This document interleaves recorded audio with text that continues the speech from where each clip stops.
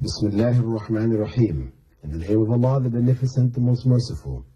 I'd like to welcome you, dear viewers, to another in the series, In the Light of Islam. In this series, we're looking at different questions which our viewers have sought answers for.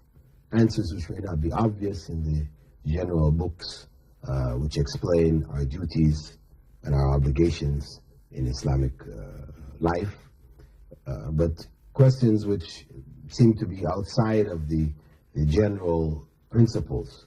However, of course, the answers for all of these questions are derived from the general principles.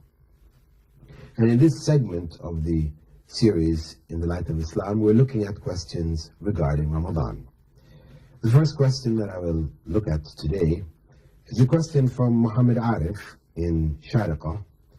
He writes, Dear Dr. Bilal, if a woman missed 2 consecutive fasts of Ramadan due to pregnancy and breastfeeding, and subsequently she made up a few days, and now she has forgotten exactly how many days she made up, what should she do? Of course, the general principle is that fasts which are missed due to pregnancy and breastfeeding have to be made up.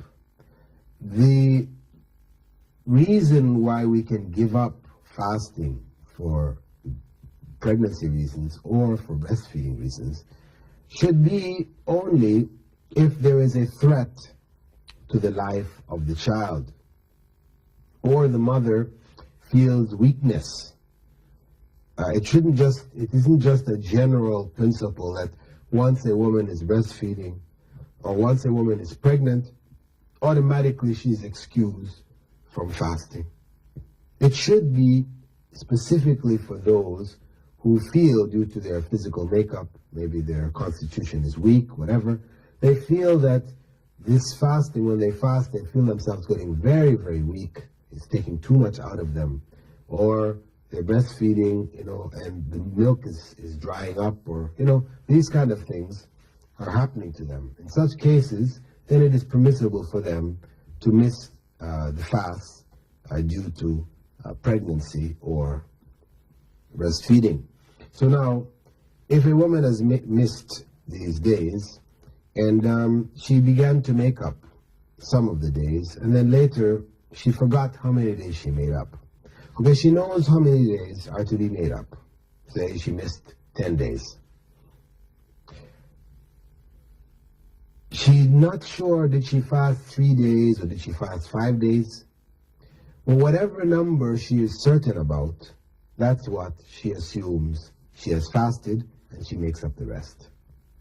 You don't assume, well, 5, which is the more, but you're not sure. You know you did at least 3, but you're not sure, maybe it was 5 or it was 7. You don't take the larger amount, but you take what you're certain about, which is 3, and then you start to fast the remaining 7.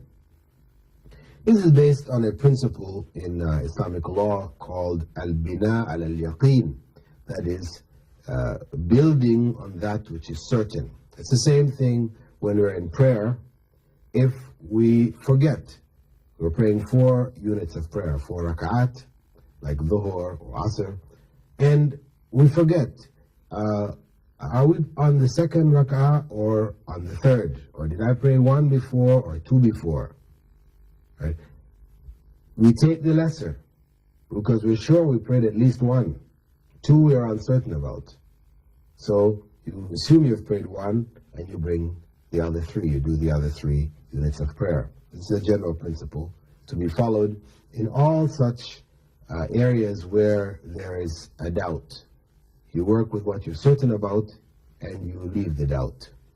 Another place where this is also applied commonly is regarding, for example, your state of tahara. If you left your home, you made wudu before you left your home, and then you went out someplace. The time for prayer came.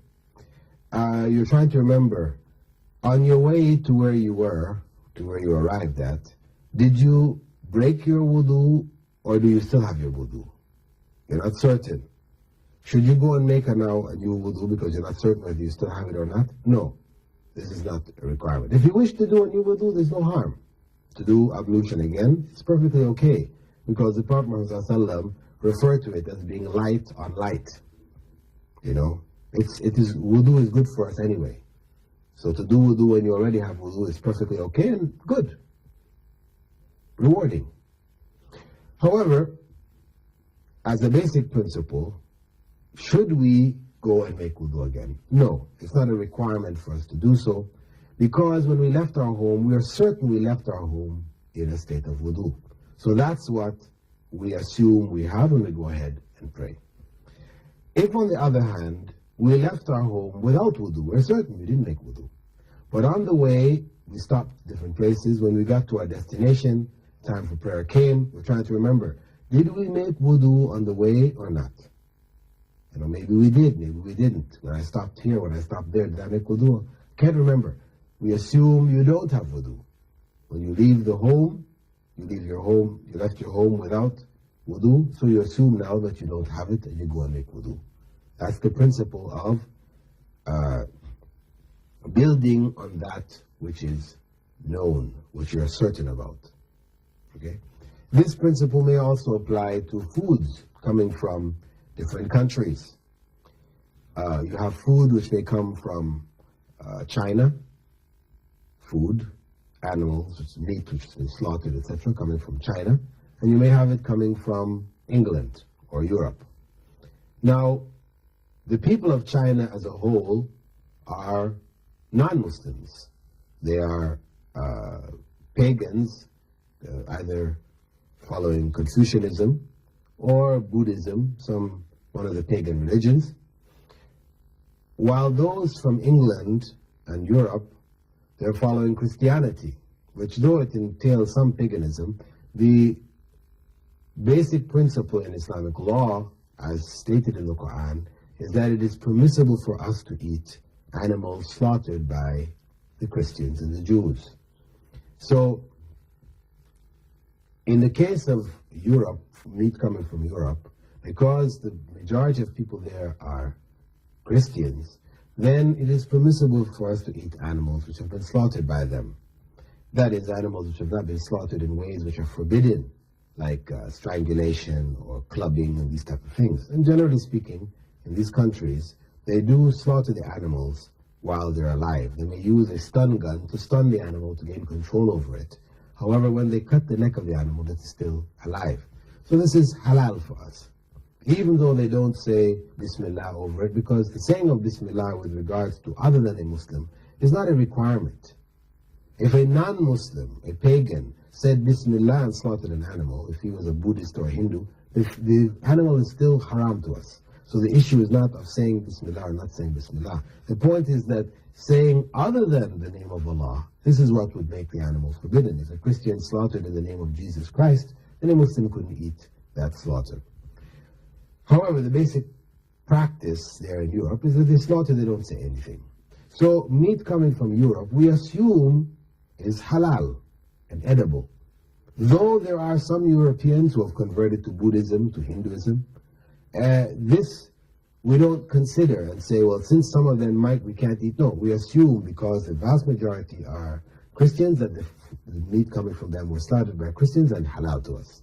On the other side, the meat coming from China, though there are, out of the billion Chinese, there are some 50 million Muslims, we don't assume that the meat coming is from those Muslims, unless there's clear evidence to indicate that. If it's just coming without identifying its source, we assume that it is slaughtered by Buddhists or Confucianists, which is haram to us. So we base our ruling, our principles, on that which we are certain about. With that, dear viewers, I'd like to thank you for being with us in this segment of the program, In the Light of Islam. And I hope that you continue to be with us. If you have any questions you'd like to speak to me directly about, you may call me in Dubai at the Islamic Information Center, 358-190. Or you may write to me here on Sharjah TV, In the Light of Islam, Dr. Bilal Phillips, P.O. Box 111, Sharjah. I now bid you all farewell. Wassalamu alaikum wa rahmatullahi wa barakatuh.